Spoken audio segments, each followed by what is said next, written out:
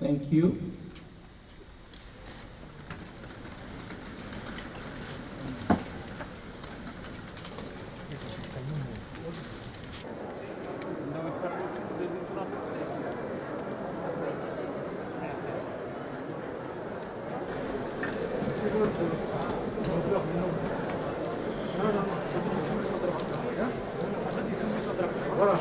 La lecture réductrice du concept de subsidiarité.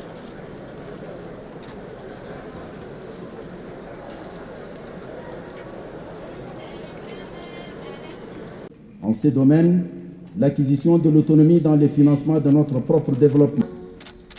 Thank you.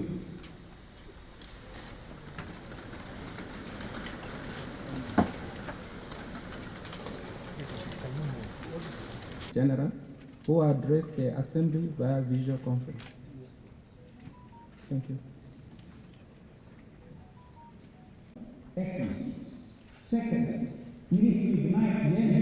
En perspective de la réforme du Conseil de sécurité des Nations Unies, en ouvrant le moment venu, Prime Minister of the Federal Democratic Republic of Ethiopia to make his statement. conscience de façon claire et nette du rapport entre l'humiliable position, ma compréhension de mon devoir et des responsabilités sont engagées. Notre monde a besoin de solidarité.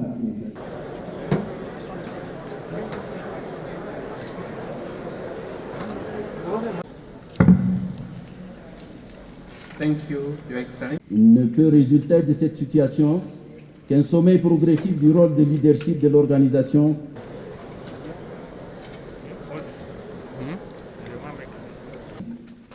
ont-ils permis de réaliser notre rêve d'une Afrique où les armes se sont tues. Thank you, Your Excellency.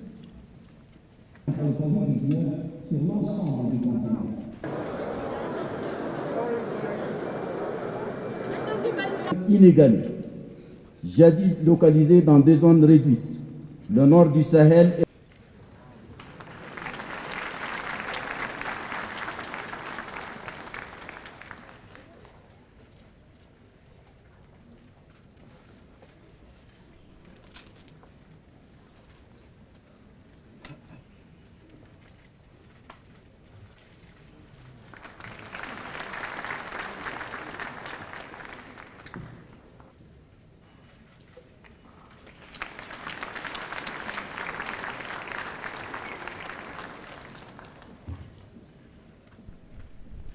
necessário.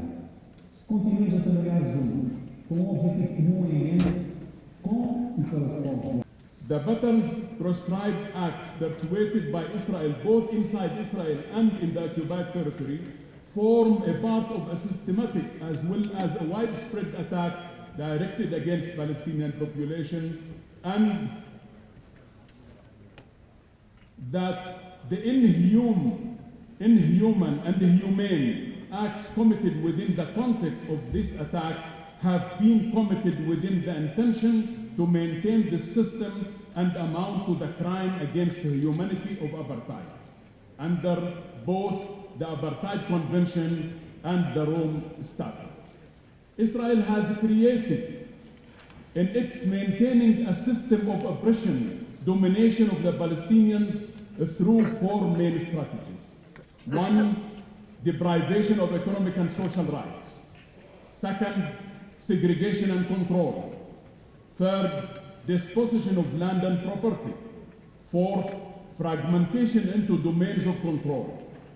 Your Excellencies, a Human Rights Watch Foundation last year also stated that Israeli authorities had crossed the threshold by committing crimes of apartheid and persecution. Across the Palestinian territories under its control, Israel has demonstrated intent to maintain the domination of Jewish Israelis over Palestinians. In conjunction with that intention, Palestinians have been subjected to systematic of oppression and inhumane treatment. Together, these three elements constitute apartheid. When he was Israel's Prime Minister, Benjamin Netanyahu said in 2019 Israel is not a state of all its citizens, the nation of the state of the Jewish people only. Currently, 2 million Palestinians live in Israel, are discriminated against. 3 million Palestinians in the West Bank live under direct Israeli settler colonialism. And 2 million Palestinians who live in Gaza have been put under siege for the last 14 years. Nearly 7 million Palestinian refugees suffer from Israeli racist policies that deny them the right to return to their homes. Your Excellencies, B'Tselem, an Israeli Information Center for Human Rights, asserted that Israel is an apartheid state. It concluded that the Israeli regime enacts in all the territories under its control, inside the Green Line, East Jerusalem, and the West Bank, including Gaza, an apartheid regime. One organizing principle lies at the base of the wide array of Israeli policies, advancing and perpetuating the supremacy of one group, the Israelis, over another, the Palestinians. Based on these invulnerable facts documented by neutral bodies, Israel should not be rewarded for should Israel be rewarded for its adoption of apartheid, which targets the Palestinian with discrimination policies related to land, planning and housing, and hindering agriculture and industrial development for the Palestinians? Et renforcer cet élan de solidarité pour vaincre définitivement la pandémie coronavirus, relancer la croissance de nos économies et assurer un meilleur avenir aux populations de notre planète. Monsieur le Président de la Commission de l'Union,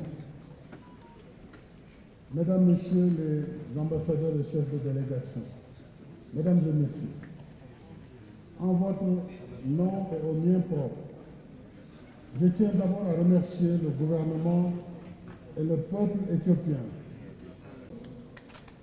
Equally important is Africa's media representation on the international stage. Africa is often portrayed in international media negatively.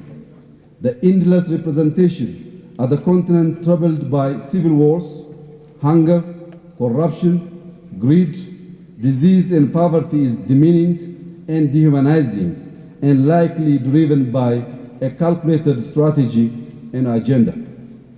This stereotypical and negative media representation of Africa not only disinforms the rest of the world about our continent, but also